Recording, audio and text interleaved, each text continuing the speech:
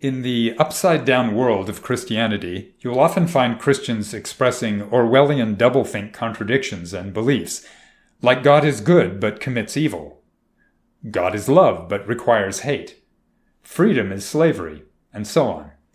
But possibly the strangest contradiction is their attempt to essentially swap definitions with atheism. This starts with the claim that Christianity isn't a religion, it's a relationship. However, religion is defined as the belief in and worship of a god or gods, or any such system of belief and worship. Since that description is what Christians themselves say about what they believe and how they behave, the definition of religion fits them perfectly. Meanwhile, the relevant definition of relationship is the way in which two or more people feel and behave towards each other. I'm sure that many Christians truly believe they have an emotional connection with their deity, but it basically manifests itself as silent, one-way requests directed at the ceiling, followed by a search for signs that the requests were heard. It's really not much different than a child's relationship with an imaginary friend. The main difference being that when someone claims to actually hear the voice of their God, we tend to be concerned that they have psychological problems.